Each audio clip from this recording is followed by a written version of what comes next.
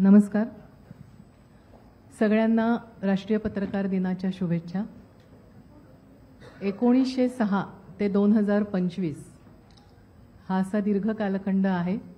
1906ला तानुबाई बिर्जे या दीनबंधूच्या संपादक झाल्या आणि आज आपण 2025मध्ये इथे महिला पत्रकारांचं संमेलन साजरं करताना वरिष्ठ पदावर अजूनही महिला मर्यादितच का या विषयावर बोलत आहोत.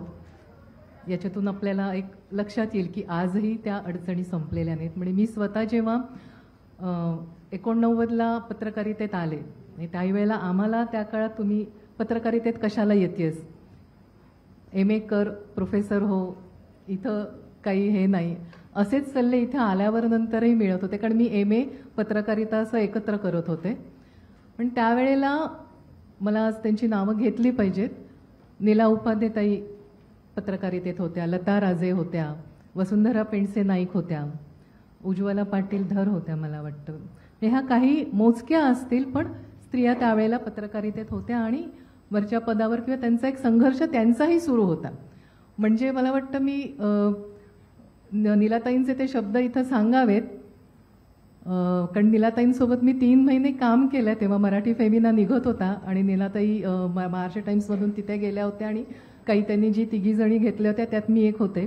तेव्हा आमची सुरुवातीची जी एक नवोदय म्हणजे यंग ह्यांना जे आपण सांगतो तरुण मुलींना, त्या आम्हाला घेऊन बसल्या होत्या.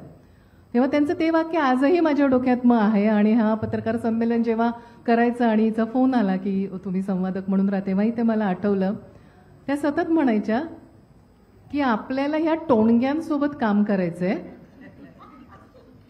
आणि ह्या टोणग्यांसोबत काम करताना आपल्याला खूप खमकर राहिलं पाहिजे आणि खूप जास्त काम केलं पाहिजे. त्यांच्यापेक्षा जास्तीचं काम करूनच आपण स्वतःला सिद्ध करू शकतो. आणि हे मला वाटतं म्हणजे स्त्रीवादी चळवळीची पण आपण 50शी साजरी करतोय, तर स्त्रीवादी चळवळीत पण हे सातत्याने सांगितलं गेलंय की बाईला अधिक श्रम करूनच पुढे जात येतं किंवा तिच्यावरचा श्रमाचा बोजा हा कायमचा वाढता असतो. हां, तर मला इथं आता एक त्याच ह्याने सुरू करायचं, कारण अधिकाचे श्रम प्रत्येकीला करावे लागतात. म्हणजे मगाच आधीच्या सत्रात पण चर्चा झाली की तुम्हाला घरचे कामही करायचं आहे, बालसंगोपन, वृद्धांचं संगोपन, जे काही घरातल्या जबाबदाऱ्या आहेत त्या पार पाडायच्या आहेत. जर लग्न झालेलं असेल तर त्यातल्या जबाबदाऱ्या पार पाडायच्या आहेत. आणि पुन्हा हे पत्रकारितेमधलं, मी म्हणजे करिअरही म्हणणार नाही किंवा ऑफिस वर्क म्हणणार नाही, कारण पत्रकारिता म्हणून जेव्हा आपण येतो तेव्हा मला वाटतं ही केवळ नोकरी नसते. हां, एक आयडेंटिटी असते, एक जबाबदारी असते. आपल्या जसं मगाशी पण आलं की आपल्या प्रत्येक शब्दाला एक महत्त्व असतं, प्रत्येक ओळीला किंवा एखादा तुम्ही लेख लिहिता त्याला एक म्हणजे कधी काय होईल, शिरीन यांनी सांगितलं की कधी काय होईल याचा हे नसतो, तुम्हाला भरोसा देता येतं. त्यामुळे सतत अलर्ट राहावं लागतं आणि एक सामाजिक जबाबदारीची सुद्धा यामध्ये जाणीव असते. एक जसं कल्पना शर्मांनी सांगितलं की ही सोशल जस्टिसचं पण एक काम आहे. जेव्हा तुम्ही समान अधिकार मानता तेव्हा सोशल जस्टिससाठी मानतात, एक पुरुषांबरोबरचं भांडण म्हणून नाही मानतात. आणि एक शब्द उच्चारायचा सकाळपासून राहिला की ही पुरुषसत्ताक समाजव्यवस्था आहे, ही पुरुषप्रधान समाजव्यवस्था आहे, ही पुरुषप्रधान राज्यव्यवस्था, ही पुरुषप्रधान अर्थव्यवस्था आहे आणि हा पुरुषप्रधान माध्यम आहे.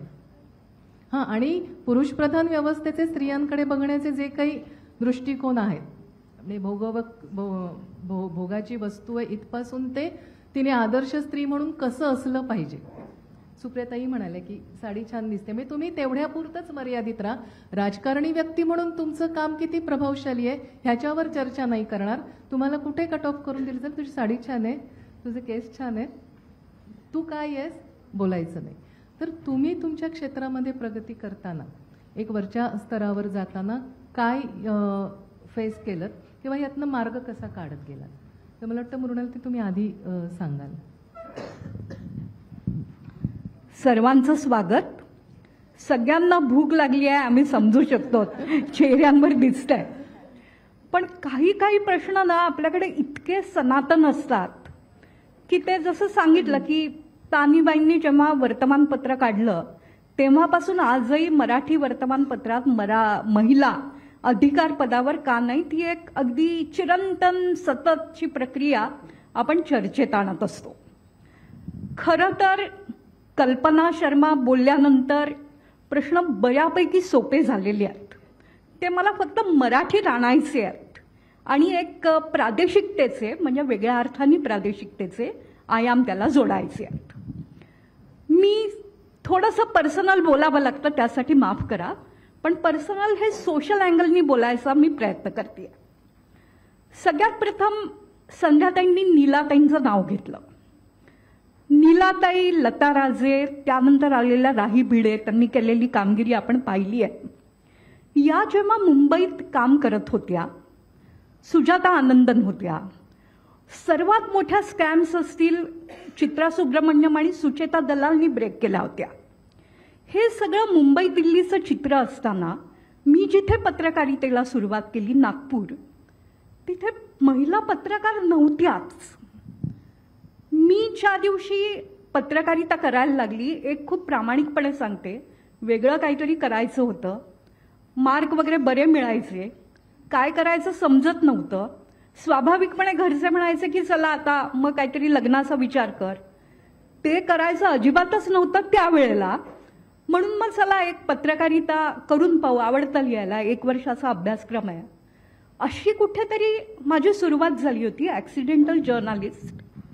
आणि पहिल्याच दिवशी जेव्हा मला इंटर्नशिप करणं भाग होतं, मला मराठी वर्तमानपत्रातच काम करायचं होतं. मी इंग्रजी माध्यमाची विद्यार्थिनी होती. मला जनतेसाठी आपण काहीतरी करावं असं वाटत असं तरुणपणी. जोपर्यंत वाटतं तोपर्यंत आपण स्वतःला तरुण समजायला हरकत नसते. त्यामुळे मला मराठीत काम करायचं होतं. मग तिथे 3च वर्तमानपत्र मराठीतली होती, लोकसत्ता, लोकमत आणि तरुण भारत. सुरेश द्वादशीवार लोकसत्ताचे संपादक होते. मी त्यांना म्हटलं मला इंटर्नशिप करायची आहे. ते म्हणाले उशीर झाला, मी 3 लोक घेऊ शकतो जेमतेम, 4 झाले आपण नंतर बघू. लोकमत घेतच नव्हतं. त्यामुळे मी तरुण भारतात गेली आणि तरुण भारतनी ताबडतोब ज्यांना परंपरावादी मानलं जातं माझं स्वागत केलं. विधानसभेचं अधिवेशन सुरू होतं. मला माझे जे बॉस होते म्हणजे इंटर्न म्हणूनचे बॉस, त्यांनी सांगितलं की विधानसभा बघायला ये कसं असतं ते. मी त्या दिवशी विधानसभेत गेली, काही कळत नव्हतं. इकडे लोक बसले आहेत, तिकडे लोक बसले आहेत वगैरे. गुगल नव्हतं, सर्व करायचा प्रश्न नव्हता. मी घरी परत जात असताना मला गोवारींचा तिथे मोर्चा दिसला आणि जो काहीतरी 6 सेन्स वगैरे काम करतो त्यानुसार मला वाटलं इथे काहीतरी गडबड होणार आहे. मी लुना चालवायची तेव्हा. मी खूप डिस्रप्टर होती. मला टिवल्या बावल्या करायला खूप आवडायच्या, मागे बसायला आवडायचं, जे आजही मी करते. मग आता त्या लुनाचं करायचं काय म्हणून मी त्या लुनाचा प्लग खिशात टाकला आणि घरी गेली. माझं घर जवळ होतं. परत आली तेव्हाही मला लक्षात आलं की नाही, काहीतरी गंभीर होणार आहे. आणि गोवारी दुर्घटना झाली तेव्हा तिथे असलेल्या फक्त 2-3 पत्रकारांमध्ये मी होती. आणि ते त्यांचे मृतदेह जेव्हा एका एसटीत टाकून न्यायला सुरुवात झाली तेव्हा मला वाटत होतं की हे सत्य जगापुढे फक्त मी सांगणार आहे की किती जण गेले. त्यानंतर त्याची जी चौकशी समिती वगैरे सुरू झाली, त्या चौकशी समितीसमोर मी साक्ष द्यायला जेव्हा जायची तेव्हा मी गमतीने म्हणायची की अनिता प्रतापचा फोटो येतो ना श्रीकृष्ण कमिशनचा, तसा माझा आला पाहिजे. हा सगळा गमतीचा भाग होता. मग मला दैवानी एक खूप चांगली संधी मिळाली. पण त्यावेळेला त्या कार्यालयामध्ये मुलगी नव्हतीच. तिथे बाथरूम हे मुलींसाठी असतं, सवयच नव्हती. आणि तिथे काम करत असताना काही वर्ष गेल्यानंतर मला स्वतःच्या मनात प्रश्न यायला लागला की 4 मुली, महिला, तरुणी दिसल्या तर आपण कसं रिॲक्ट करायचं असतं. खूप गंभीर मुद्दा होता. त्यानंतर मी मुंबईला आली ब्युरो चीफ म्हणून. तिथे मला मुलींनाच घ्यायचं होतं, पण तिथेही टॉयलेट नव्हतं. त्यामुळे मी कोणत्याच मुलीला घेऊ शकली नाही. मला वाटायचं की या मुलीला जर काही झालं तर ती जबाबदारी माझी असेल. त्यापेक्षा ही मुलगी खूप चांगली आहे, पण तू काहीतरी लिहून पाठव, तुला मी एम्प्लॉय नाही करू शकत. त्यानंतर मी सकाळमध्ये जेव्हा मुंबईत जॉईन झाली, आरती कदम बसले आहेत. शुभदा चौकर यांनी जे चतुरंग अत्यंत सुंदर सुरू केलं महिलांसाठी, ते चालवणाऱ्या आरती कदम इथे आहेत. आरती कदम जोपर्यंत मला सकाळमध्ये सहकारी म्हणून भेटली नाही तोपर्यंत मला महिलांची सवयच राहिली नव्हती. मी चांगले कपडे घातले आहेत हे सांगणारं मला कोणीच नव्हतं नागपुरात.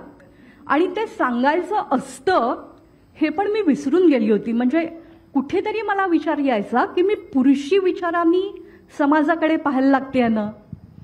मनात एक स्पष्ट होतं की आपण इथे जे काय आलो, जी काय संधी मिळवली आहे, तिथे कुठेतरी एक समन्यायी रिफ्लेक्शन आलं पाहिजे की ज्या समाजातल्या 50% महिला आहेत त्यांना नेमकं काय वाटतंय, मग त्यांना हळदी कुंकूही का करावंसं वाटतंय.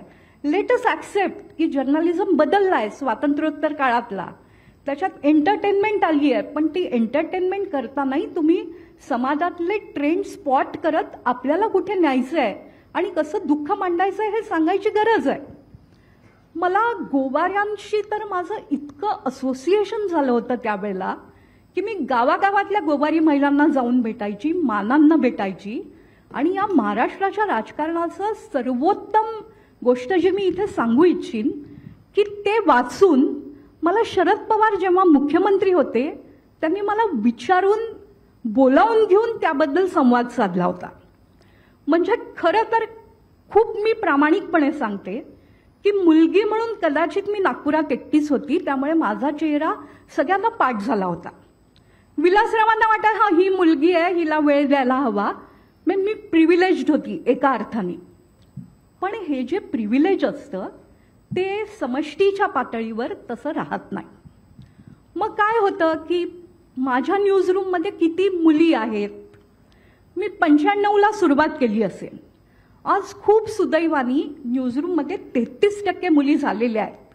काल मी एका ठिकाणी असंच पंढरपूरला गेली होती, तिथे यशोमती ठाकूर होत्या. त्यांना मी म्हटलं राजकारणात जेव्हा येतील महिला तेव्हा येतील, पण आमच्याकडे 33% आम्ही आता घ्यायला लागलो झाल्याच आहेत. आता घ्यायला लागलो म्हणजे कोणी महिलांना संधीबिंदी असं डोक्यात ठेवून घेत नाही. तर महिला जास्त चांगली बातमी आणू शकतात. तरुण मुली आहेत, कमिटमेंट खूप जास्त आहे. महिलांना खरंच दुपटीने चौपटीने काम करावं लागतं, राहीतही सांगतील, पण मुली त्या करतात. म्हणून आता मुलींना घ्यायला मोठ्या प्रमाणात सुरुवात झाली आहे. पण मग या ज्या 30% मुली आलेल्या आहेत न्यूजरूममध्ये, मी आता थोडंसं मल्टीमीडियाकडे बघतेय, त्यामुळे आम्ही आमच्या चॅनलमध्ये जास्त प्रमाणात मुली घेतो आहोत. पण या मुली अधिकार पदावर पोचायला थोडा वेळ लागणार आहे.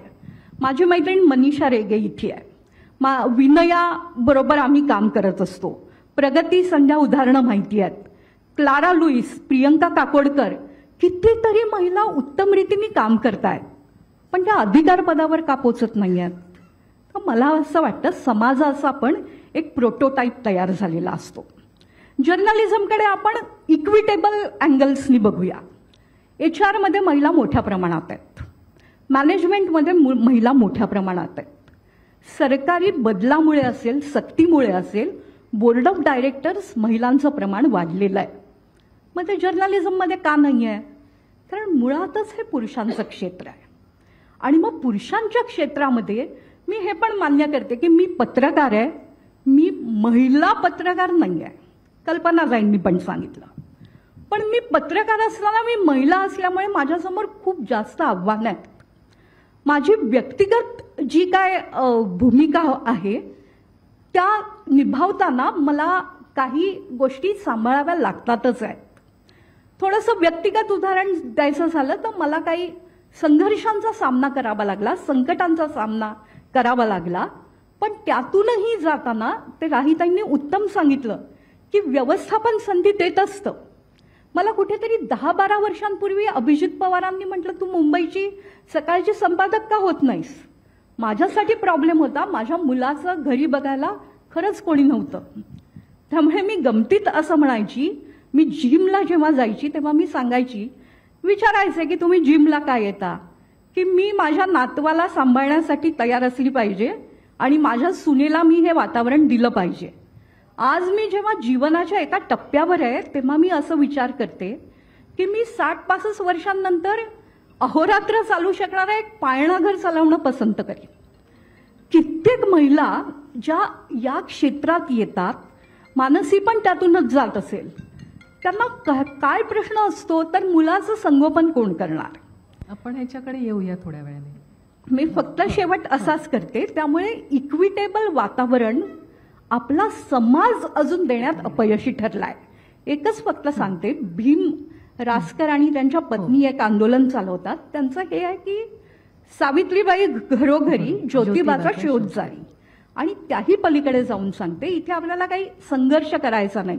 महिला पुरुष मदत करत असतात, पण टाईपसेट बदलायला खूप वेळ लागतो. त्या वेळाचा, त्या स्थित्यंतराचा आपण भाग आहोत. आणि म्हणून आपण सगळ्यांनी एकत्रितपणे ही वाटचाल करायला आम्ही काहीतरी करणार आहोत आणि बदल करण्याचे प्रयत्न करणार आहोत असं म्हणायचंय. मनसी, तू काय सांगशील याच्या संदर्भात? काय नेमके अडथळे येतात? हे जे आपण म्हणजे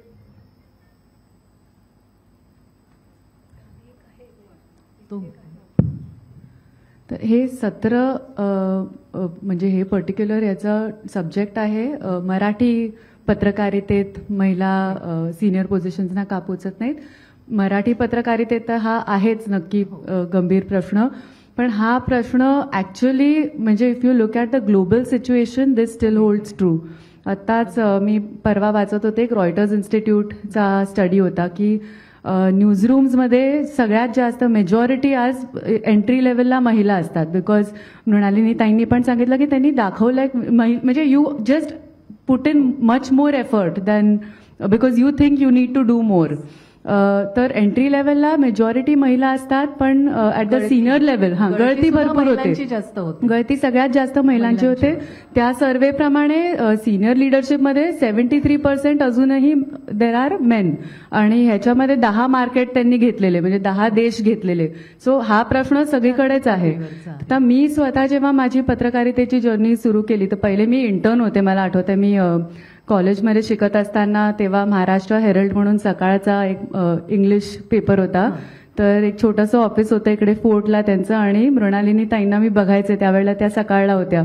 तर म्हणजे त्या नेहमी एकदम घाईत असायच्या, फोनवर असायच्या की बरं एक 5 मिनिटं भेटायचं आहे सर तुम्हाला, बरं मग आपण गाडीत बोलू. म्हणजे हे मी बघितलं की माझ्यासाठी ते खूप इन्स्पिरेशनल होतं की आपण किती एक्सटेंटपर्यंत पुश करायचं स्वतःला. आणि म्हणजे हे माझ्यासाठी लिव्हिंग एक्झाम्पल, आणि it's an honour for me that I am getting to share the stage with her. आणि ह्या पूर्ण जर्नीमध्ये त्यांचा पण इनडिरेक्टली खूप मोठा वाटा आहे, ते I will come to that.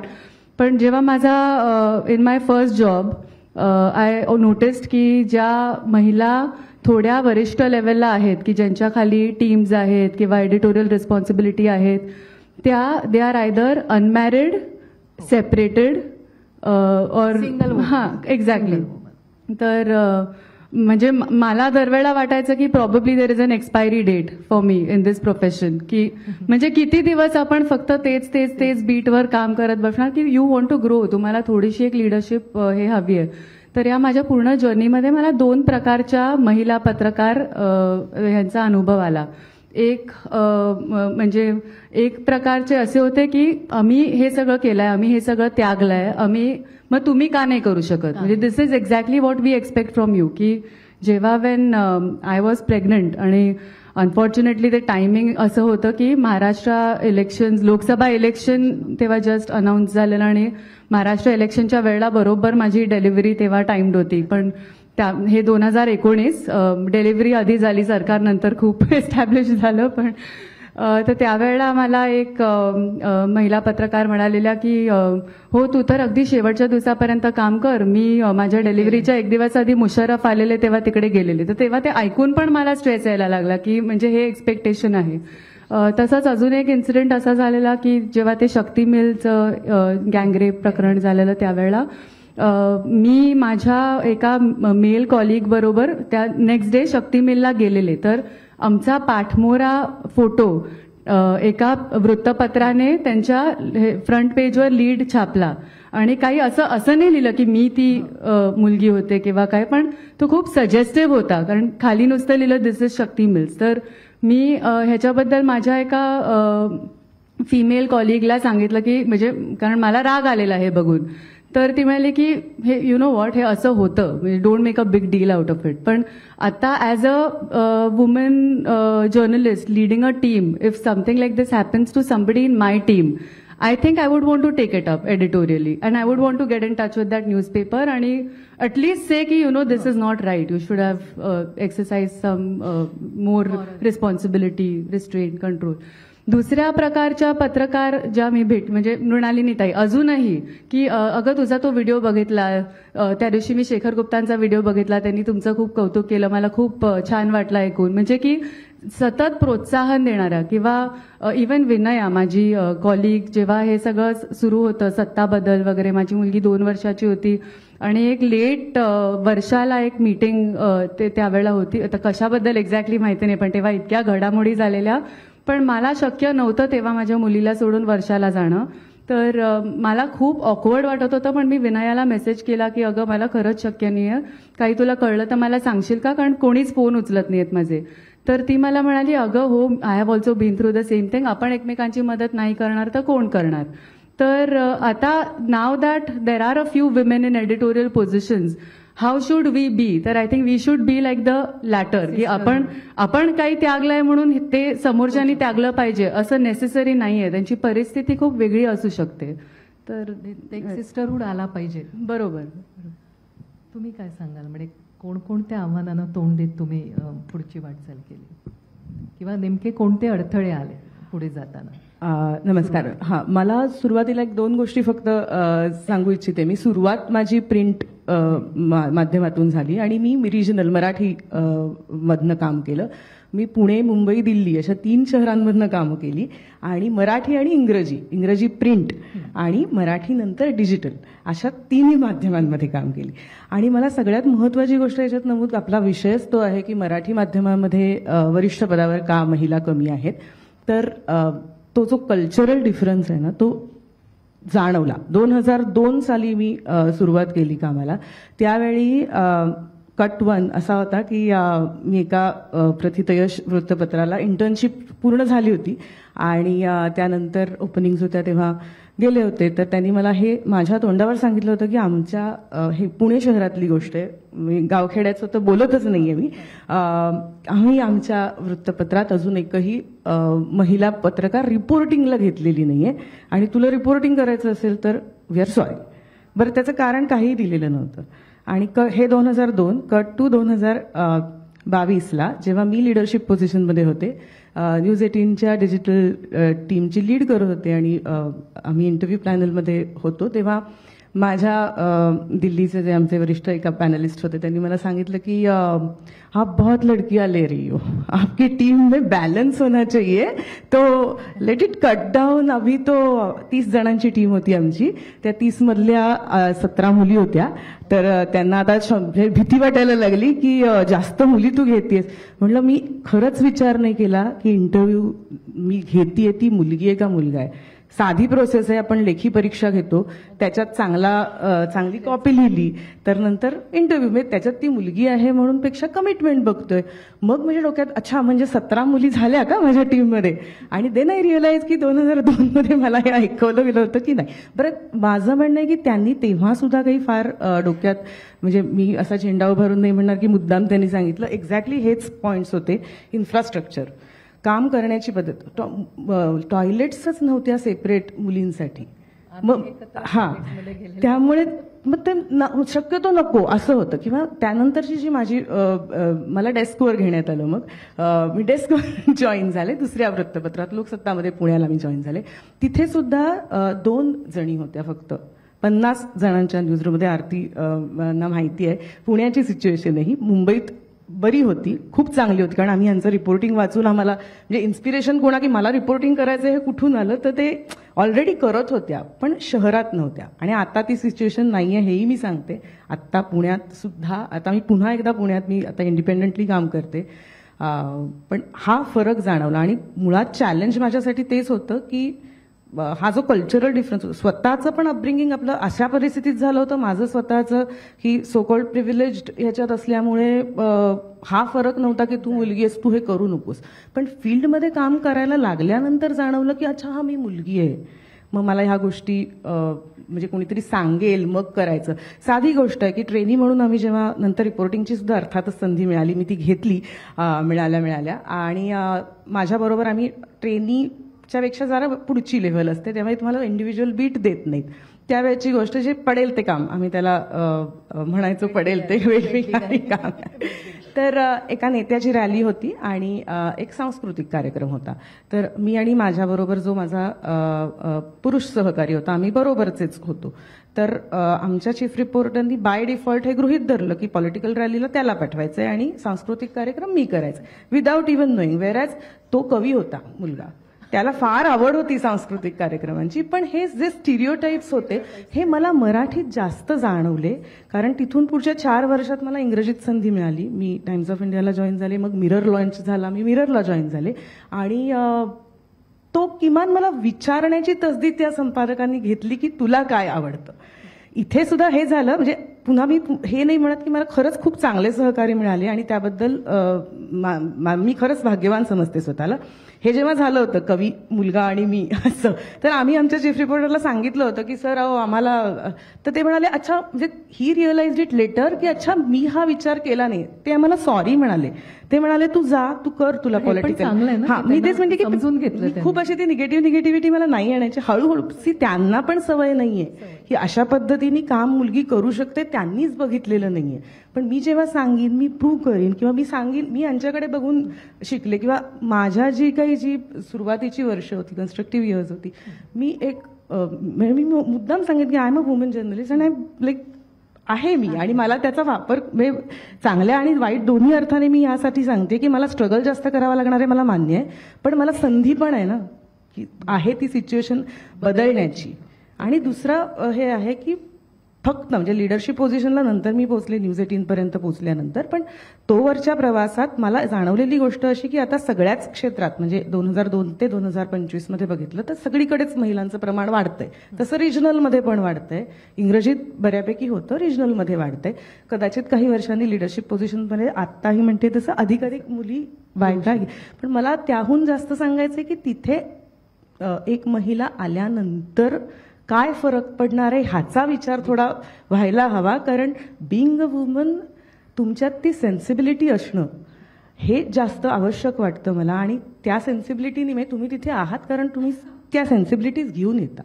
हे मला माझ्या बीबीसीतल्या माझ्या वरिष्ठांनी सांगितलं की इन्क्लुझिव्ह न्यूज रूम किंवा आता कॉर्पोरेटायझेशनच्या जमान्यामध्ये अनेक मोठ्या संस्था येतात, या मीडिया हाऊसेस खूप मोठी आहेत आणि इक्वल अपॉर्च्युनिटी एम्प्लॉयर असं म्हणून घ्यायला त्यांना आवडतं.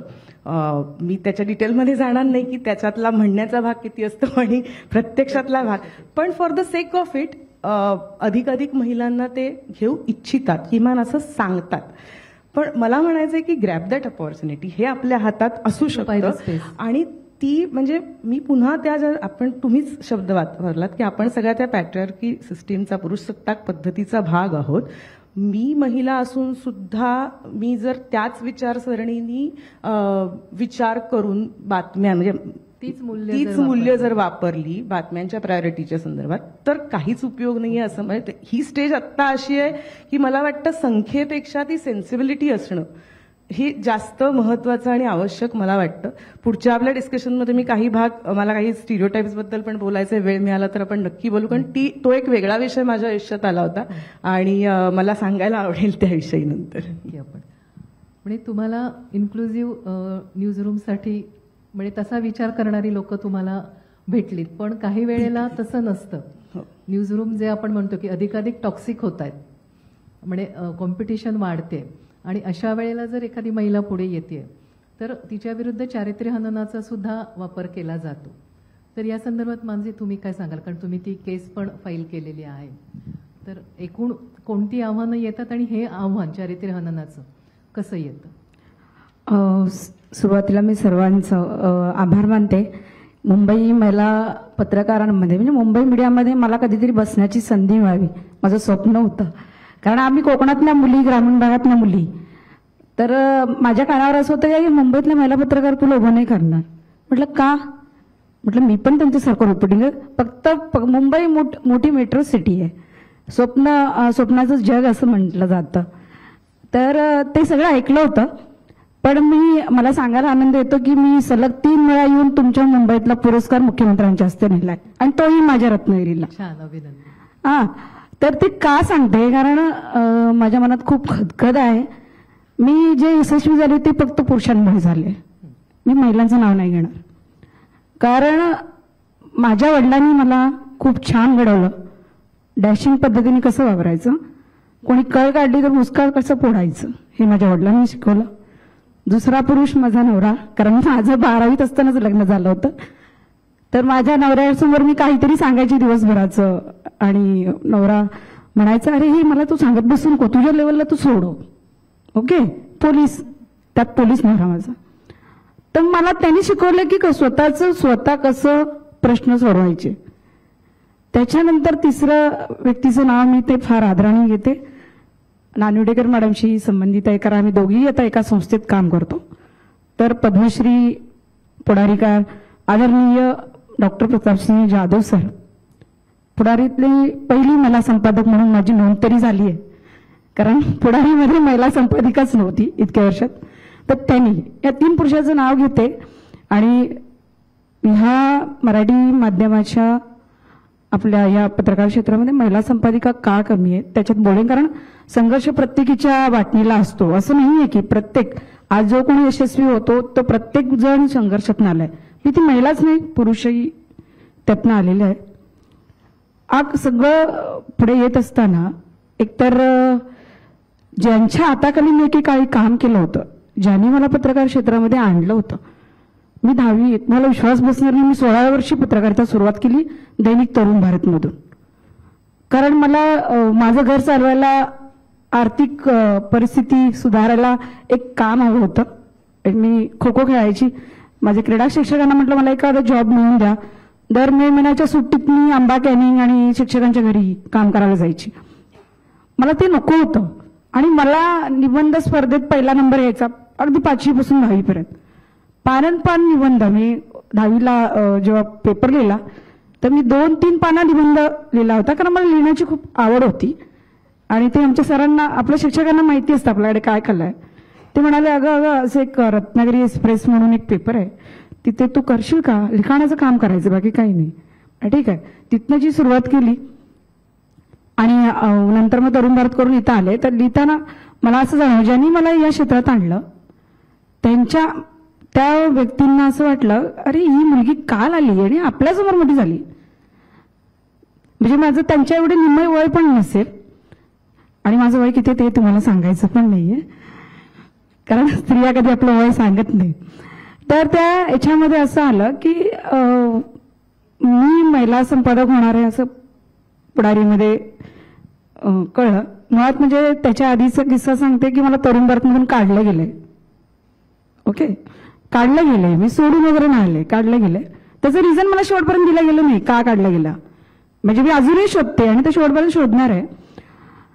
आणि मग तिथनं काढलं गेल्यानंतर पत्रकारांमध्ये आनंद झाला, विशेषतः महिला पत्रकारांनाही आनंद झाला, कारण मी लिखाणात पुढे, बोलण्यात पुढे, सगळ्यात पुढे. तर आपल्या सहकारी महिलेला ते थोडी पचणार आहे. आता सोशल मीडियाच्या जमान्यामध्ये आपण एकमेकांना सांभाळून घेतो, त्यावेळी 17 वर्षापूर्वी ती परिस्थिती नव्हती. मग ते सगळं सुरू असताना मग लोकांनी हिला या खुर्चीत बसू द्यायचं नाही. म्हणजे अगदी 29 आणि 28 फेब्रुवारीपर्यंत 28 जानेवारीला डिक्लेअर झालं की जान्हवी पाटील पुढारीची संपादक होणार आहे. असं झालं की जिला काढलं गेलं तरुण भारतमधून तिला पुढारी का घेते, कारण ती व्हॅल्यू पुढारीला कळली होती की ही काय करू शकते, ते तरुण भारतला कळली नव्हती. मग 28 जानेवारीपर्यंत हा कुठला विचारून स्टोरी नाहीये. 28 जानेवारीला कळल्यानंतर 28 जानेवारीलाच समीकरण बदलली. कोणी काय करायचं, हिला या खुर्चीत बसवायचं नाही, कोणी काय करायचं. मग सोशल मीडियावर कोणी पोस्ट टाकायची शहरात आणि मग हिच्या मालकाला कोणी फोन लावायचं. मग पुढारीतल्या काही जुन्या लोकांनी ठरवलं की जे जुने आवृत्ती प्रमुख होते पूर्वीचे, त्यांनी ठरवलं की तुम्ही 8-9 लोक कोल्हापूरला जा आणि पद्मश्रींना भेटून सांगा की मुलगी किती वाईट आहे वगैरे. ती तयारी झाली, गाडी केली.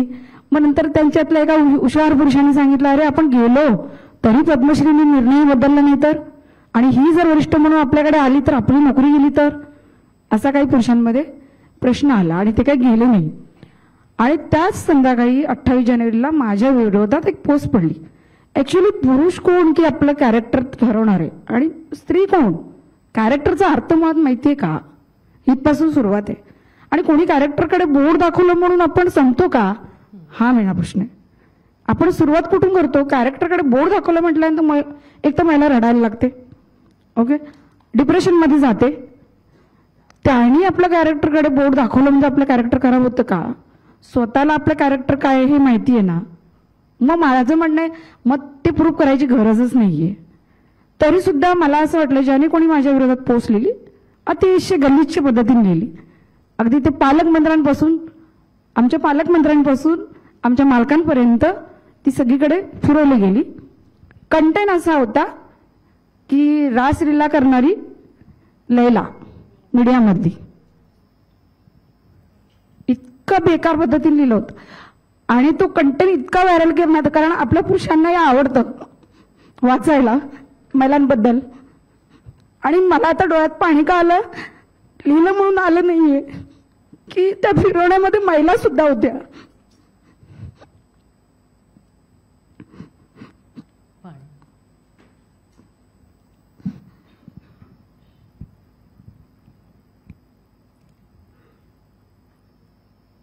सॉरी.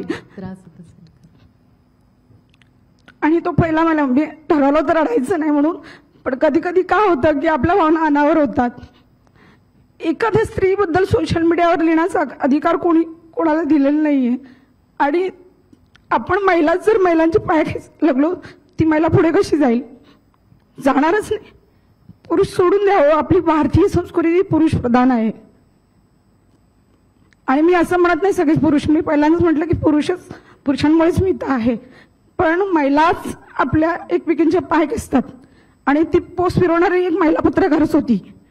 तिच्याच ग्रुपवरून व्हायरल झालं होतं. कारण मी जेव्हा केस दाखल केली तर पहिला नंबर तिचा आला. इतकं वाईट वाटलं. जी माझ्याशी गोड बोलत होती, जी माझ्यासोबत चहा पित होती, त्या महिलेनेच हे केलं. किती बेकार. कारण तिचं येतो होता की ही ज्युनियर आहे आणि मी 35 वर्ष महिलेला पत्रकार म्हणून काम करते, तर मला व्हॅल्यू नाहीये. मी फार स्पष्ट बोलते, तुम्ही रागवू नका. मी असं नाही म्हणत सगळ्याच महिला वाईट आहेत. एक सांगते, आपण मागे का राहतो ते एका महिलेमुळेच राहतो असं माझं म्हणणं. ही वृत्ती बदलली पण पाहिजे.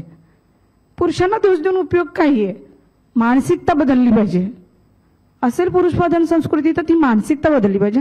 त्याच्यानंतर मी त्या पुरुषांनी ज्यांनी कोणी पोस्ट लिहिली होती त्यांनी माझ्याबद्दलच नाही, त्यांनी अनेक महिला पत्रकारांबद्दल, अनेक महिलांबद्दल लिहिलं होतं कंटेंट रायटर म्हणून. मग मी म्हटलं की ही कृती तर ठेचली पाहिजे.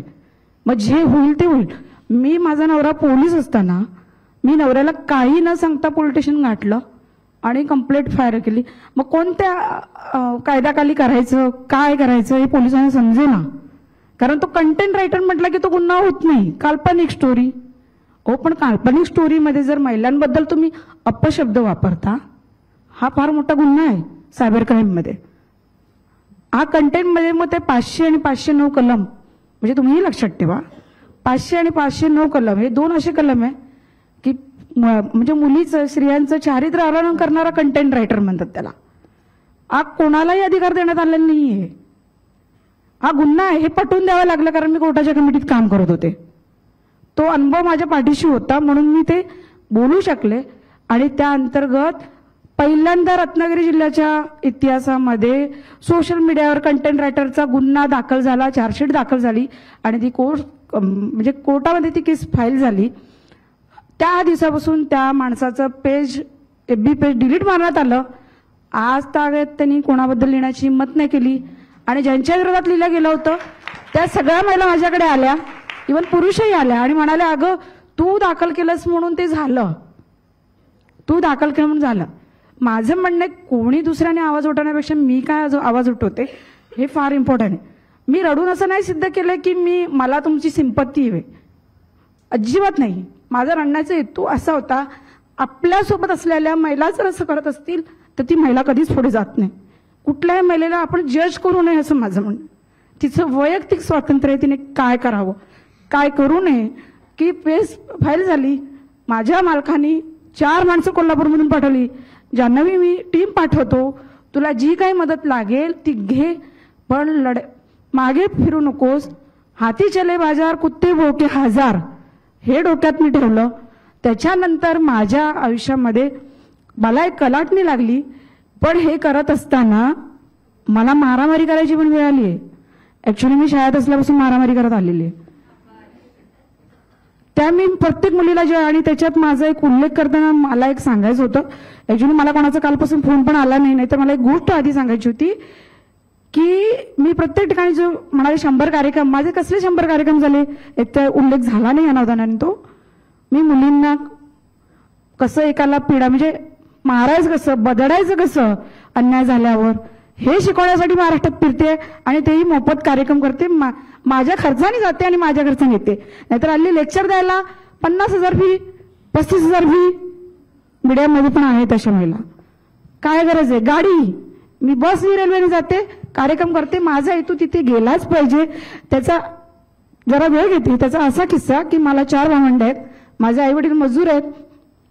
माझे आईवडील जेव्हा कामाला जायचे तेव्हा त्या 3 भावंडांची जबाबदारी माझ्याकडे असायची.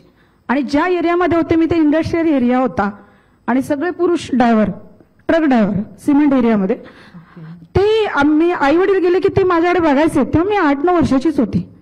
माझ्याकडे बघायचे, बोलवायचे, तुला वडापाव पाहिजे का, तुझ्या भावंडांना पाहिजे का. ती पुरुषी जी विकृती आहे ना, ती मी लहानपणी टिपली होती. ती नजर लहानपणी टिपली होती. आणि जेव्हा माझ्या आईवडील नसताना जो पुरुष आला वडापाव पाहिजे का, त्यावेळी मी पहिलं जो कोणाला चोपलं असेल ते त्याला चोपलं. नुसतं चोपलं नाही, ते मी त्याला ओढत नेलंय. हे ओढत नेत असताना मी पोलिसांना फोन केला कॉइन बॉक्सवरून आणि पोलिसांना बोलवलं आणि पोलिसांनी मला तेव्हा 50 रुपयाचा रिवॉर्ड दिला होता आणि फोटो छापून आला होता. ज्या पेपरमध्ये फोटो छापून आला त्याच पेपरमध्ये मी कामाला सुरुवात केली. हे विशेष आहे. हे सांगते का, तुमचा वेळ जाईल, तुम्हाला कंटाळा येईल, पण माझ्या मनातली दगदग काय की तुम्ही मुली म्हणून एक क्रेज म्हणून मीडियामध्ये येऊ नका. आणि महिला पत्रकारांचं स्थान कमी काय आहे त्याचं उत्तर मला अपेक्षित अजूनपर्यंत मिळालं नव्हतं, ते मीच देते. कदाचित मी तुमच्यापेक्षा वेळाने कमी आहे, वय माइंड करत नाही, तुमचा अनुभव फार मोठा असला पाहिजे असं माझं नेहमी म्हणणं आहे. तर बघा, पहिली हिंदी मीडियामधले एक महिला संपादिका होत्या, तर त्या हेमंत कुमारी देवी या मध्य प्रदेशच्या होत्या. त्या 1888 मध्ये पहिला महिला संपादिका झाल्या. मला माहिती नाही ते कोणाला माहिती आहे की नाही. त्यांनी मध्य प्रदेशमधून सुरुवात केली. त्याच्यानंतर तुम्ही तानुबाई बिर्जेंचा जो उल्लेख केलाय तो मराठी हा, ऍक्च्युली त्यांनी 2008 मध्ये सुरुवात केली आहे. 1908 मध्ये सुरुवात केली आणि 1912 मध्ये माझ्या रेफरन्समध्ये 1912 मध्ये त्यांनी हे केलं, थांबवलं काम. तर तानुबाई बिर्जे यांनी दिनबंधू ह्या वृत्तपत्राचं संपादन केलं होतं, माझ्या वाचनात आलं होतं. तर त्यांना ते दिलं, ते त्यांच्याच एका पुरुष मंडळींनी ती जबाबदारी दिली होती. आणि इथपर्यंत का 2 मी आता सांगणार आहे, कदाचित तुम्ही हसाल किंवा कदाचित आश्चर्यचकित व्हाल. तर एक मिनिट, राष्ट्रपती आणि संपादक हे दोन्ही शब्द पुरुष आहेत. मला एक्झॅक्टली त्याचं उत्तर द्यायचं आहे. हे दोन्ही पुरुष शब्द आहेत बघा, राष्ट्रपती आणि संपादक. संपादिका म्हणतात का नाही, आपण एकमेकांशी बोलताना म्हणतो का, तर पुरुषांनीच ही समीकरणं करून ठेवली आहेत. ही सगळी पदं फक्त पुरुषांसाठी आहेत. बरं, आता मला म्हणताना संपादक म्हणतात, पण ऍक्च्युली सुरुवात इथून झालेली आहे. जे आपल्या देशामध्ये, आपल्या समाजामध्ये जे पदं आहेत ते पुरुषांच्याच नावाने आहे. त्याच्यामुळे इथून मानसिकता जोपर्यंत बदलणार नाही तोपर्यंत आपण ह्या पदापर्यंत येऊ शकत नाही. पुरुषसत्ताक समाजव्यवस्था असल्यामुळे ती सगळी पदं, ती सगळी नावं त्याच पद्धतीने आलेली आहेत. आपण ह्यालाच म्हणजे तुझा जो काही संघर्ष आहे त्याला खरंच मनापासून सलाम, की तू एका ह्याच्यातनं जाऊन सुद्धा पुन्हा ताठपणे उभी आहेस आणि पत्रकारीमध्ये पाय रोवून उभेस. सकाळी सुप्रियाताई बोलताना विशाखा समित्यांचा विषय निघाला होता. त्या विशाखा समित्या आजही सगळ्या माध्यम समूहांमध्ये नाही आहेत किंवा जिथे आहेत तिथे त्या कागदावर आहेत, प्रत्यक्ष कुठेही त्या कार्यरत नाही आहेत. अगदी मोठ्या ह्याच्यामध्ये सुद्धा आपण नावं घेतली. अपवाद म्हणून कुठे एखाद्या ठिकाणी असेल तर माहिती नाही, पण आपण सगळ्याच जण आपल्याला माहिती की कुठे नाहीत. आणि विशाखा समित्यांची गरज का आहे ते मानसीच्या अनुभवात, आणि असे अनेक अनुभव अनेकींना येत असतात. आपण ते जसं म्हणतो ना की समोर शक्य होईल तितकं समोर चिखल दिसला तर वळसा घालून जातो. जिथे शक्य नाही तिथे जेव्हा थेट अंगावर येतं तिथे बोलावं लागतं, प्रतिकार करावा लागतो. असं असलं तरी सुद्धा आजही अनेक जणी गप्प आहेत, कोणी बोलत नाही. काही जणी, मी जसं मगाशी म्हटलं की गळतीमध्ये सुद्धा महिलांचं प्रमाण तितकंच जास्त आहे. आणि त्या गळतीमधले एक प्रमुख कारण ही अशा पद्धतीने होणारी हॅरेसमेंट हे सुद्धा आहे. मला ह्याला जोडून घ्यायचा होता असा प्रश्न की वरिष्ठ पदावर जायचं, संपादक व्हायचं म्हणजे तुम्हाला तुमची रात्र द्यावी लागते. रात्री साधारण 12 ते 1 वाजेपर्यंत तुम्ही उपस्थित असलं पाहिजे आणि ते अनेकींना जमत नाही. म्हणजे आता दीप्ती राऊत ह्याच्या नाशिक आवृत्तीच्या संपादक झाल्यावर मी त्यांच्याशी बोलले, त्यावेळेला त्यांनी तेच सांगितलं की रात्री 1 पर्यंत तुम्ही तो वेळ दिला पाहिजे किंवा कधी अगदी 2 वाजेपर्यंत पण. आणि ते ज्या देऊ शकत नाहीत, अनेक जणी कॅपॅसिटी असून सुद्धा नकार देतात, त्याचं कारण ती वेळ देता येत नाही. तर तुम्हाला काय वाटतं, म्हणजे उद्या संधी आली, तू आहेस, तुम्ही आहात, तर काय हे असेल? किंवा मग अशी मृणालताईंनी पण तेच सांगितलं की नाही ती संधी आली तरी अनेकदा घेता येत, कारण जबाबदाऱ्यांचं जे स्त्रियांच्या अंगावरचं हे आहे ते अजूनही सुटत नाहीये. तर काय सांगशील?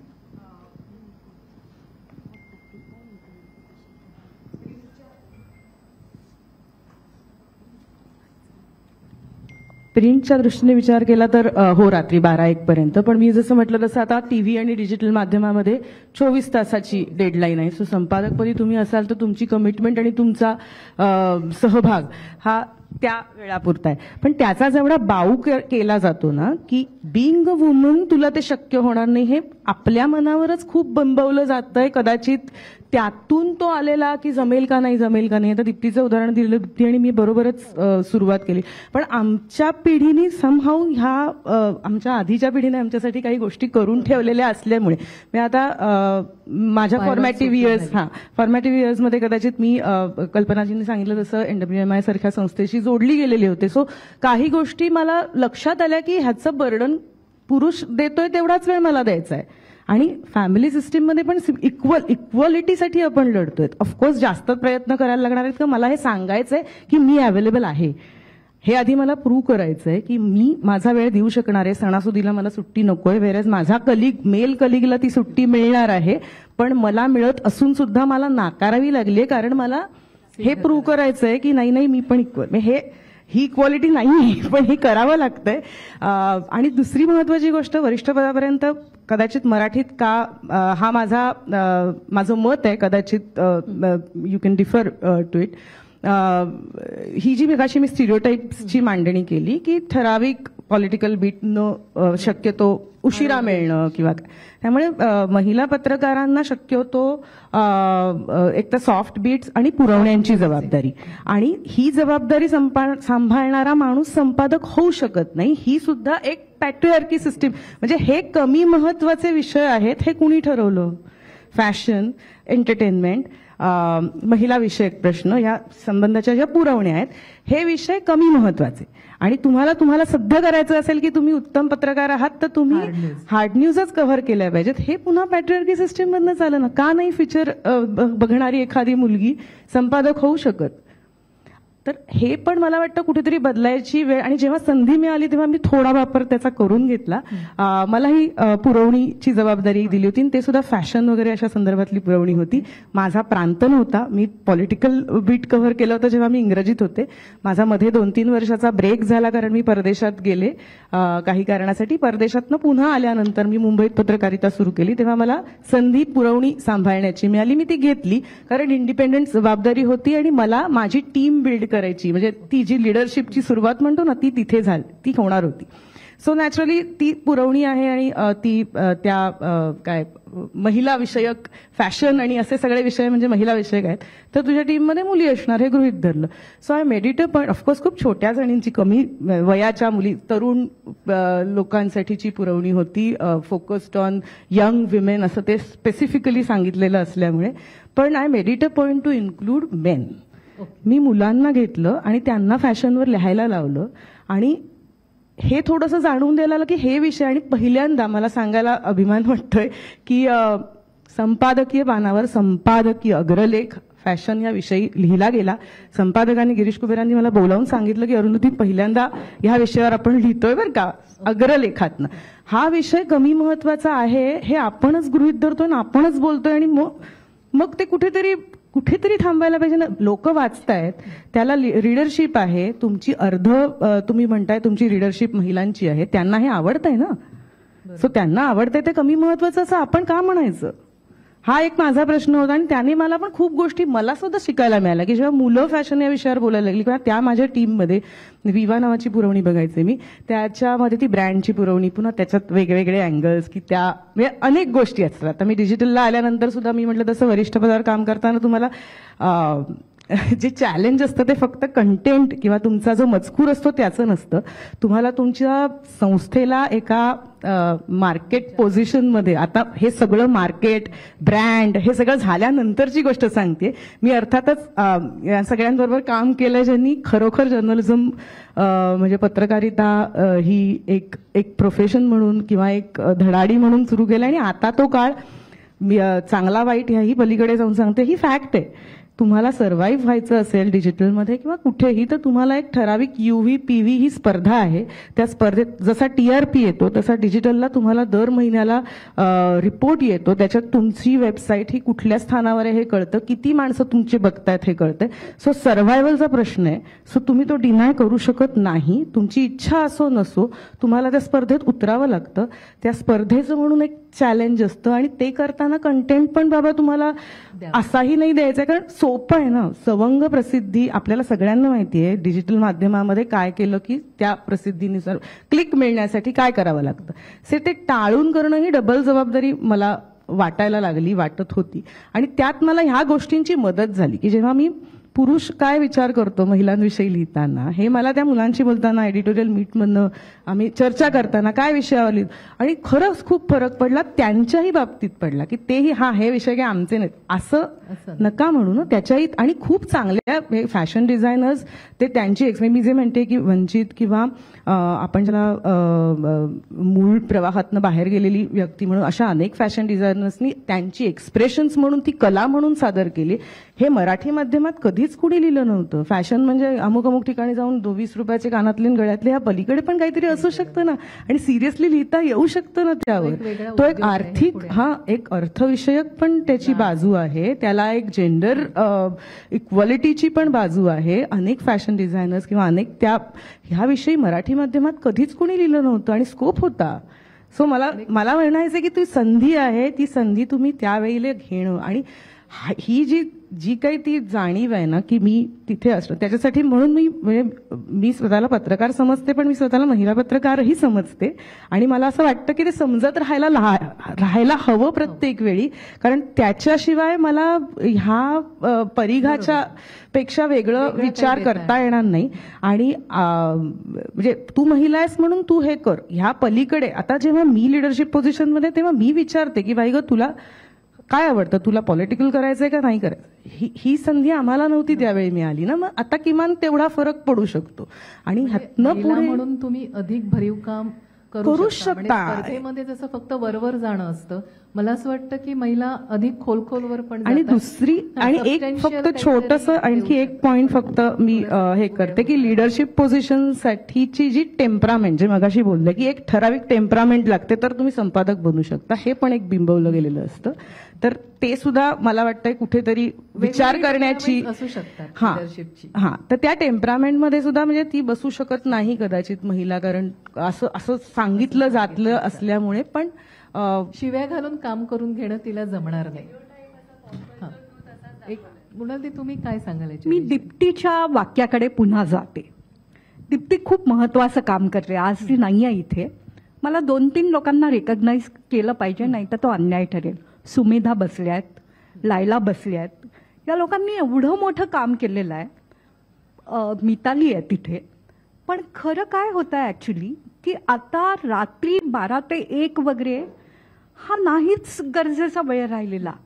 आपण ज्या मल्टीमीडियातनं जातोय आणि जे कदाचित भविष्य होऊ शकणार आहे, तुम्हाला 24 तास काम करावं लागतंय की तुम्हाला कंटेंट की तुम्हाला त्यावेळेपर्यंत झोपणे. अगदी बरोबर आहे, जागं राहावं लागतं. अगदी बरोबर आहे. तुम्हाला सतत कंटेंट द्यावा लागतोय.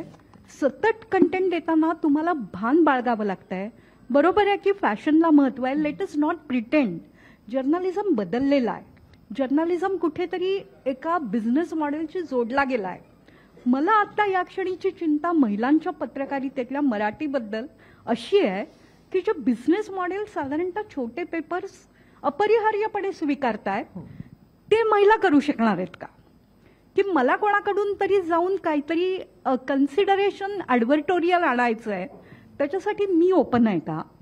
आणि मग कुठेतरी वाटतं की ज्यांना हे करता येत असेल त्यांनी जरूर करावं. फक्त ते करताना काय होतं की मला जेव्हा काहीतरी करायची संधी मिळते ना, तेव्हा मग मी त्या कुपोषणाबद्दल लिहू शकते. मी लिडरशिप पोझिशनमध्ये आहे, मी महिला आहे, मी जगाकडे खूप वेगळ्या दृष्टीने बघू शकते जो आवश्यक आहे.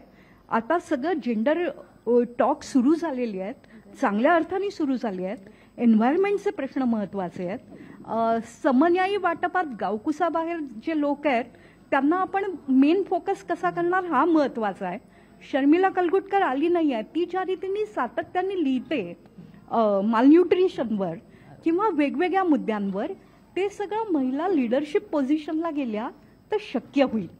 फक्त आता ते या वातावरणामध्ये मार्केट म्हणून जेव्हा मीडिया समोर येतोय तेव्हा कितपत शक्य होणार आहे आणि महिलांची मानसिकता तशी आहे का?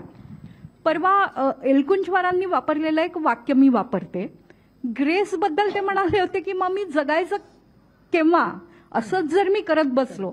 आणि मग एखादी महिला जर म्हणेल की मला हे सगळं बिझनेस मॉडेल बघण्यापेक्षा मला सिरियस इश्यूजबद्दल लिहायचं आहे, तर तो कंटेंट ड्राईव्ह करणं, तिने एडिटोरियल्स लिहिणं, तिने त्या पानावरती वेगळी रिफ्लेक्शन्स करणं, हे पण माझ्या मते महत्त्वाचं आहे. त्यामुळे समाज हा कुठल्या तरी बदलातून जात असताना खूप वाईडली आपल्याला बघावं लागणार आहे. महिला आल्याच पाहिजेत, जास्तीत जास्त प्रमाणात आल्या पाहिजेत. राजकारणात कधीतरी एक इंदिरा गांधी येतात आणि बदल होतो, वारशामुळे आल्या पण सगळं बदललं. शी वॉज मॅडम प्राईम मिनिस्टर. त्यांना असं म्हणतात की त्या म्हणायच्या की मला सर म्हणा. तर तसं आपल्याला वातावरण आपण पार करून गेलो. जान्हवीचे अनुभव म्हणजे समाजात ग्रामीण स्तरावर काय होत आहे आपल्याला दिसत आहेत. या सगळ्यातून एक आवाज म्हणून आपण मिळून सगळ्या जणी काय करू शकू याचा विचार कुठेतरी करायची गरज आहे. तो होईल आणि त्यासाठी पावलं टाकण्यासाठी असे परिसंवाद खूप महत्वाचे आहेत. आपला म्हणे अजून आपल्याला प्रत्येकीला बोलायचंय, पण घ्यायचं अजून का काय मॅम? बरं तू एक हां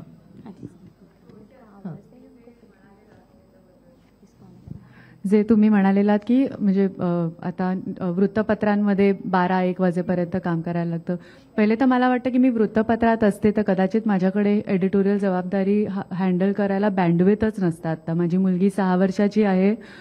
डिजिटल जशा प्रकारे आम्ही काम करतो that suits the current stage of life, की आमचं काम खूप लवकर सकाळी सुरू होतं, 6 वाजता सुरू होतं. 10 नंतर आम्ही काही पब्लिश करत नाही. साधारण 8 वाजेपर्यंत मॉर्निंग लिस्टमध्ये कुठल्या महत्त्वाच्या स्टोरीज जाणार आहेत ते ऑलरेडी ठरलं असतं. बरं, असे दिवस असतात जेव्हा तुम्ही 24 तास तुम्हाला काम करायला लागतं, गोष्टी ब्रेक होत असतात, तो अपवाद असतो. आणि ते जेव्हा होत असताना एव्हरीबडी ॲट होम अंडरस्टँड्स की you are needed for your job. असं झालंय माझ्याबरोबर की मी माझ्या मुलीला आणि नवऱ्याला पाठवून दिलंय, माझ्या आईकडे जाऊन राहा, मला खूप काम आहे. तर बेसिकली हे आहे. आणि मला असाही मी विचार करते की वृत्तपत्र पण 12-1 वाजेपर्यंत का काम करत बसतात, कारण का आम्ही जे डिजिटलमध्ये काम करतो, we look at the days happenings, we give an additional analysis and a perspective and still publish it within 2 hours of the breaking. मग तुम्हाला 4 आणि 5 वाजेपर्यंत ती मीटिंग म्हणजे why would you wait till evening and in newspapers? It is very easily possible to more or less finalize the edition by 8 PM. आणि मग काही break झाला तर तुम्ही ते ऑब्व्हियसली हे करू शकता आणि देन यू आर अवेलेबल. दुसरी गोष्ट, याच्यासाठी the person you are reporting to, माझे रिपोर्टिंग मॅनेजर आहेत. परत आता ट्रेडिशनल मीडियामध्ये कदाचित मला ही जबाबदारी मिळाली पण नसती, पण द प्रिंट हे 2017 सालीच सुरू झालं. I was one of the founding members. आता आमच्या एक 10 लोकांची टीम आहे who are the senior management after mister Shekhar Gupta. त्या 10 लोकांपैकी 6 आम्ही महिला आहोत आणि आम्ही सगळे 6 आम्ही 2017-18 साली साधारण जॉईन झालोय. तर आम्हाला ही जबाबदारी मिळाली कारण का आम्ही त्यांच्या विश्वासातले आहोत की आम्ही हे प्रूव्ह केलंय, आम्ही दाखवलंय. आणि ही नोज की ठीक आहे थोडं की कदाचित इथे थोडं इकडे असं असेल की एखाद दिवस माझ्या मुलीला बरं नसेल तर you give that person that leave.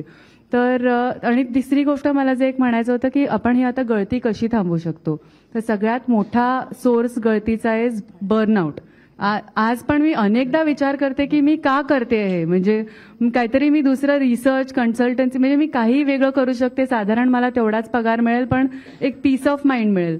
तर हा बर्नआउट आपण ॲड्रेस करायला ते अनेक, म्हणजे जे मृणालिनी ताई पण म्हणाल्या की आपली अजून सोसायटल स्ट्रक्चर असं नाहीये की घरनं थोडासा लिवे मिळतो किंवा, आणि दॅट नीड्स लाईक म्हणजे radical change in the way journalism works. पण छोट्या छोट्या गोष्टी आपण करू शकतो की जेव्हा आपण as a leader in a news room एक थोडंसं अप्रिशिएट केलं, जसं आता परवा माझ्या girl who reports to me, तिने सुट्टी घेतलेली, तिच्या वडिलांची अँजिओप्लास्टी होती.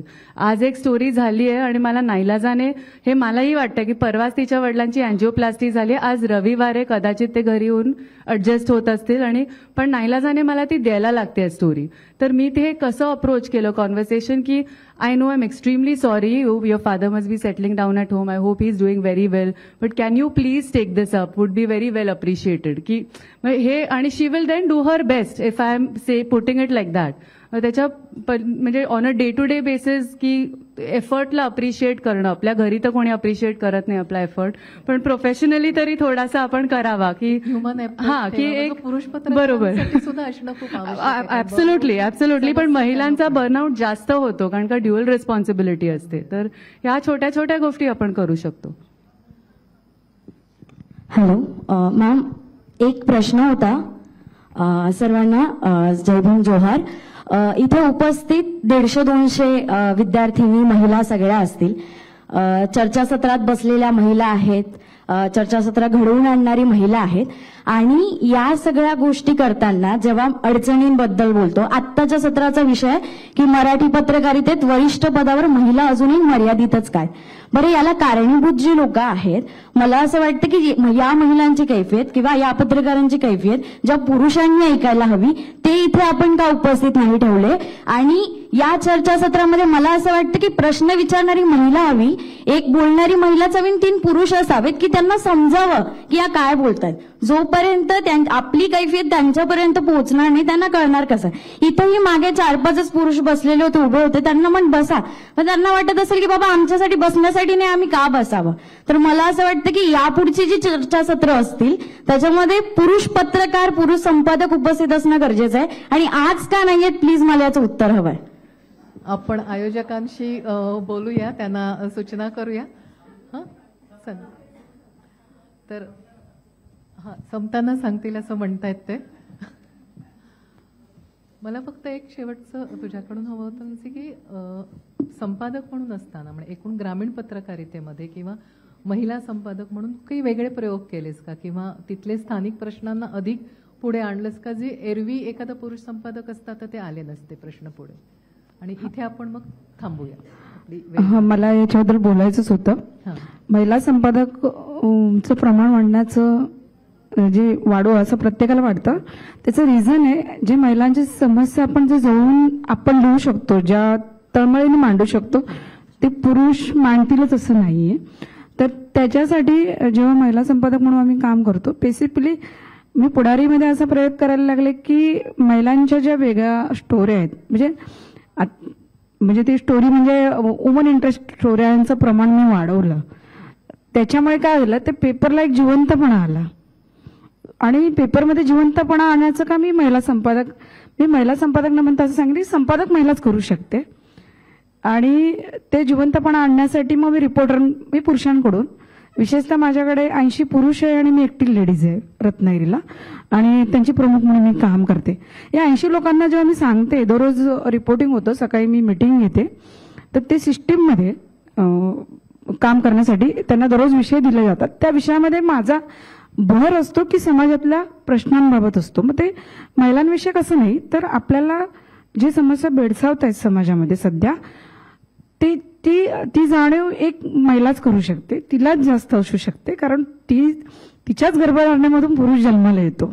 त्याच्यामुळे ती सगळ्यात जास्त जाणीव त्या महिलेलाच असते.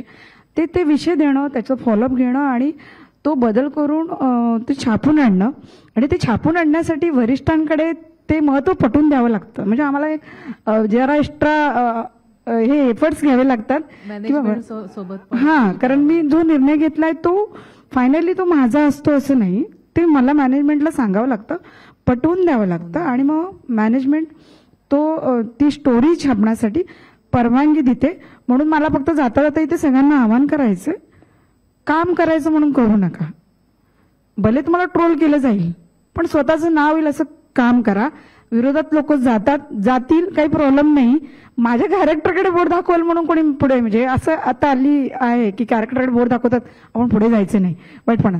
मला राई भिडे मॅडमचं इथे एक नाव आवर्जून घ्यायचंय, कारण मला मुंबईतनं 3-4 फोन आले होते जेव्हा मी महिला संपादक झाले तेव्हा, की तानुबाई बिर्जेंचं नाव घेतलं गेलं, त्याच्यानंतर तुमचं नाव घेतलं गेलं महिला संपादक म्हणून.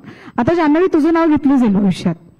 म्हणजे माझ्यासाठी फार मोठी गोष्ट आहे की ठीक आहे, यांच्या यादीत माझी काही कामगिरी मोठी नाहीये, माझा मुळातच स्वभाव असा आहे. आणि मी बदडते लोकांना, हा शब्द ऍक्च्युली आमचा ग्रामीण भागातला शब्द आहे, कोकणी येतो. बदडायचं म्हणजे हाताने बदडायचं नाहीये, शब्दाने बदडते. आणि मी अशी बदडते की माझ्या नादाला कोणी लावत नाही. मला टोमणे बहादर पण असे म्हणतात. मी टोमणे देऊनच बदडते पुरुषांना. आणि अशा वेळी ह्या आत्ताच्या जे नवीन मुली आहेत ते क्रेज म्हणून तर अजिबात येऊ नका. क्रेज मधून आलात तर करिअर काहीच होणार नाहीये. तळमळीने काम करा. आणि महिलांचे प्रश्न समाजातले, अगदी आपण वॉशरूम पासून सुरुवात केलेली आहे, ते कसं इम्प्लिमेंटेशन होईल ह्यासाठी जर आपण महिला आणि पत्रकारांनी प्रयत्न केले तर मला असं वाटतं की काही अवघड नाहीये. आणि तुम्ही डॅशिंग म्हणून राहिलात, मला नाही वाटत की कोणी तुमच्या केसांकडे हात लावेल. धन्यवाद. ताईंना काहीतरी सांगायचं. इथल्या सगळ्या सहभागी वक्त्यांतर्फे आणि संध्याताईंतर्फे मी चव्हाण सेंटरचे आभार मानते. काय होतं, हँड होल्डिंग मी शिरीनताई दळवींना केव्हा शोधायला लागली तर जेव्हा ती केस झाली आणि मी राकेश मारी यांना विचारायची की मी यांच्यापर्यंत कशी पोचेन. हे हँड होल्डिंग जे महिला म्हणून ते पुरुष ऐकतायत, आय कॅन अश्युअर. पुरुष बदलले आहेत, ते संवेदनशीलपणे बदलायचा प्रयत्न तर नक्कीच करतायत, ते ऐकतायत हे सगळं. ही हँड होल्डिंगची जी संधी दिली त्याबद्दल सर्व वक्ते, सर्व प्रेक्षक, सर्व सहभागी आणि भावी पत्रकार यांच्यातर्फे आपण आभार मानूया. आपण थांबूया इथे.